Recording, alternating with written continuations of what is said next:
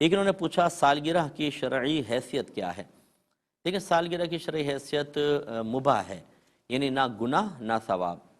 اور یہ بالکل جائز ہے بشرطے کہ اس میں اور خرافات نہ ہوں، جیسے ڈھول ڈھمکا ہے، مردوں عورتوں کا اختلاط ہے، یا کسی نعمت کو ضائع کیا جا رہا ہو، کسی کی دل آزاری کا کوئی عمل سبب بن رہا ہو، یا تکلیف کا سبب بن رہا ہو، شور شرابہ کر رہے ہیں، محلے والوں کو تکلیف ہو رہی ہیں، ان چیزوں کا سالگرہ سے خاص کوئی تعلق نہیں ہے، یہ فی نفسی خود غلط ہیں۔ ہاں اگر جیسے اب کیک ہے اور ہلکے آواز میں happy birthday to you وغیرہ کیا، کیک کاٹا کھلایا، اور کوئی مطلب ناجائز امور نہیں ہے، تو فی نفسی سالگرہ بالکل جائز ہے۔ بعض لوگ نادانی میں کہہ دیتے ہیں جی یہ تو انگریزوں کا طریقہ ہے۔ دیکھیں کسی قوم کا جب ہم کہتے ہیں یہ طریقہ ہے تو اس کا مطلب کیا ہوتا ہے؟ اس کا مطلب ہوتا ہے کہ وہ چیز اس قوم کے ساتھ خاص ہو، اور ایسی خاص ہو کہ جیسے اس چیز کا خیال آئے فوراً ذہن میں اس قوم کا خیال آ جائے۔ تو یہ ایسی چیزوں کو اختیار کرنا منع ہوتا ہے کہ جو مسلمانوں میں عام نہیں ہوئی، کسی قوم کے ساتھ خاص ہیں، جب اس چیز کا خیال آئے گا، اس قوم کا خیال آئے گا، تو اس کو مسلمان کے لیے اپنانا منع کیا گیا۔ اس کی وجہ یہ ہے کہ جب مسلمان اس کو اپنائے گا، مسلمانوں میں عام تو ہے ہی نہیں، تو اس کو دیکھ کر کافر ہونے کی بدگمانی پیدا ہوگی، اور مسلمان کو اپنے آپ کو اس طرح پیش کرنا کہ لوگ اس کو کافر سمجھیں یا بدگمانی پیدا ہو، یہ صحیح نہیں ہے، اس لیے منع کیا گیا۔ یوں سمجھ لیں کہ جیسے انگریز بر صغیر پاک و ہند میں آئے تو یہ لوگ پینٹ شرٹ پہنتے تھے، ہمارے یہاں تو کوئی رواج ہی نہیں تھا اس کا، تو اگر کوئی دور سے پینٹ شرٹ پہنتا ہوا آ رہا ہوتا تو اس کو دیکھ کے کہتے جی گورا صاحب آ رہا ہے، یعنی وہ انگریز آ رہا ہے، وہ قریب آئے تو پھر اور واضح ہو جائے۔ تو جب تک یہ اس طرح انگریزوں کے ساتھ خاص رہا، اس زمانے میں پینٹ شرٹ پہننا منع تھا، کیونکہ اس وقت اگر کوئی مسلمان پہن کے آ رہا ہوتا تو کوئی سمجھتا یہ کافر آ رہا ہے سامنے سے، اور اپنے آپ کو بدگمانی پر پیش کرنا صحیح نہیں۔ پھر جب یہی پینٹ شرٹ مسلمانوں میں بہت زیادہ عام ہو گیا، اب کوئی سامنے سے پینٹ شرٹ پہن کر آ رہا ہے تو کوئی بھی یہ بدگمانی نہیں کرتا کہ کافر آ رہا ہے، کیونکہ وہ مسلمانوں میں بہت زیادہ عام ہو گیا ہے، اب کفر کی بدگمانی نہیں ہوتی۔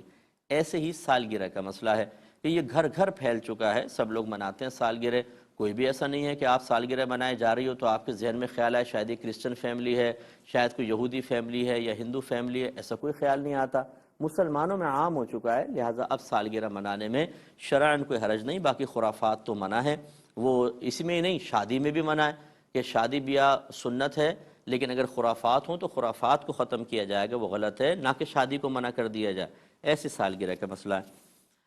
ایک یہ بھائی نے پوچھا کہ کیا کوئی خاتون حالت حیض میں سورہ اخلاص پڑھ سکتی ہیں؟ سنا ہے کہ لفظ قل کو ہٹا کر پڑھ لیا جائے تو صحیح ہوتا ہے، کیا حکم شرع ہوگا؟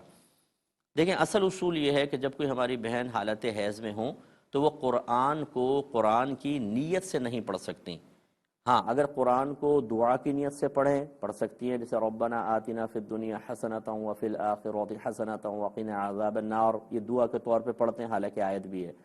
اور اسی طرح قرآن کی ہر اس آیت یا حصے کو پڑھ سکتی ہیں جس میں اللہ تعالیٰ کی حمد و ثنا ہے، اور حمد و ثنا کی نیت سے کہ میں اللہ کی تعریف کر رہی ہوں، بس قرآن پڑھنے کی نیت نہ ہو بلکہ اللہ کی تعریف کرنے کی نیت ہو، مفہوم وغیرہ ذہن میں ہے تو جیسے آیت الکرسی یہ پوری کہ بہنیں حالت حیض میں اللہ کی صرف تعریف کی نیت سے، نہ کہ قرآن پڑھنے کی نیت سے کر سکتی ہیں۔ اب آ گیا سورہ اخلاص۔ علماء نے فرمایا کہ خود سورہ اخلاص بھی آپ دیکھیں اللہ تبارک و تعالیٰ کی بہترین تعریف پر مشتمل ہے، اللہ کی وحدانیت کو اس صورت نے بہت ہی اچھے انداز سے بیان کیا ہے۔ کلام تو اللہ تعالیٰ کا ہے، ہم صورت کی طرف اگر نسبت کریں تو بہت اچھے انداز سے بیان ہوا۔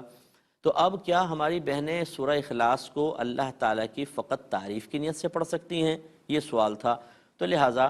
اگر لفظ قل کو شامل کر کے پڑھا جائے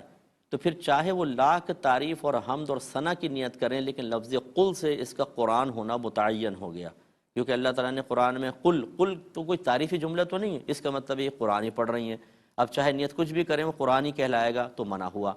اس لیے علماء نے فرمایا کہ جب